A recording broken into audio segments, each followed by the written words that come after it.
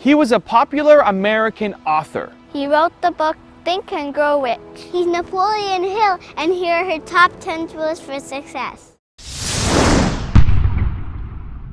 A definite purpose must be accompanied by a definite plan for its attainment, followed by appropriate action. Now, you have to have a purpose, you have to have a plan, and you have to start putting that plan into action.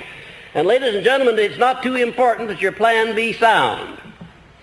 It is, in fact, it's not too important. Because if you find that you've adopted a plan that's not sound, that's not working, you can always change. You can modify your plan. But it is very important that you be definite about what it is you're going after, what your purpose is. That must be very definite. Learn to adjust yourself to other people's state of mind and difficulties so as to get along peacefully with them and to refrain from taking notice of trivial circumstances in your relations with other people by refusing to allow them to become controversial incidents. Great people always avoid small incidents of controversy when possible. If you want the mind to pick up an idea and to form a habit so that the mind will automatically act upon that idea, you've got to tell the mind what you want over and over and over again. No end to it. When Mr. Coué came over here some years ago with his famous formula, day by day in every way I'm getting better and better, he cured thousands of people, but a very great number more than that he didn't cure. And I wonder if you would know why.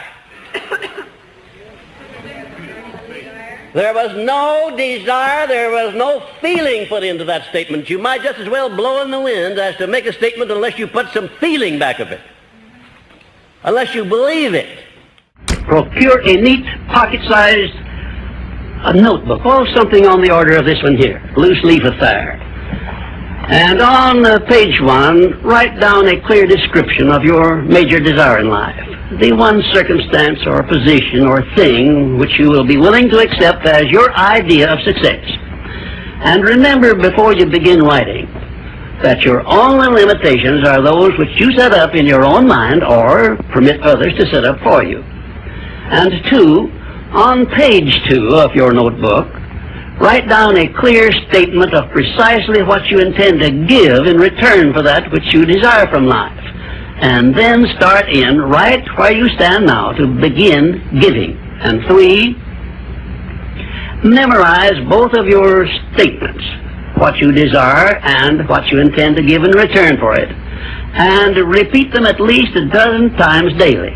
And always end your statements with this expression of gratitude for the blessings with which you were gifted at birth. Any dominating desire, plan, or purpose which is backed by that state of mind known as faith is taken over by the subconscious section of the mind and acted upon immediately. I don't know for sure, ladies and gentlemen, but I suspect that there's a relatively small number of people in the world at any one time who understand the principle of faith, who really understand it and know how to apply it. And even if you do understand it, if you don't back it up with action and make it a part of your habit life, you might just as well not understand it. Because faith without deeds is dead. Faith without action is dead. Faith without absolute positive belief is dead. I don't know how you're going to get any results through believing unless you put some action back of that belief. And incidentally, if you tell your mind often enough that you have faith in anything, the time will come when your subconscious mind will accept that, even if you tell your mind often enough that you have faith in yourself. Had you ever thought what a nice thing it would be if you had such complete faith in yourself that you wouldn't hesitate to undertake anything you wanted to do in life? Had you ever thought what a benefit that would be to you? Your personality determines whether people are attracted to you or shy away from you. It is the show window in which you display your character to the world, and it is the one thing which distinguishes you from all other human beings. It is your trademark by which people recognize you, and it is the thing which determines your success or failure in selling yourself through life.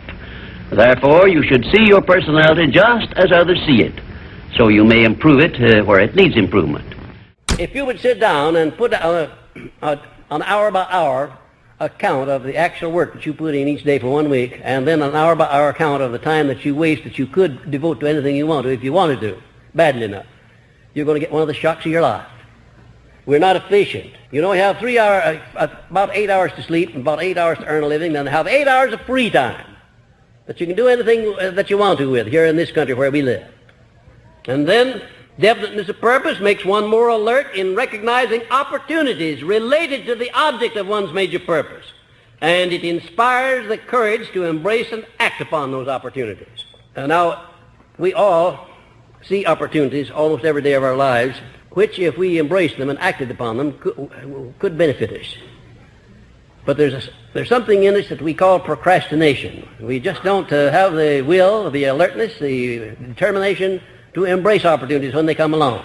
But if you condition your mind with this philosophy, you'll not only embrace opportunities, but you'll do something better. What could you do better than embrace an opportunity? Make the opportunity. That's the idea. Success is something which has to be planned, and success is something which has to be earned in advance.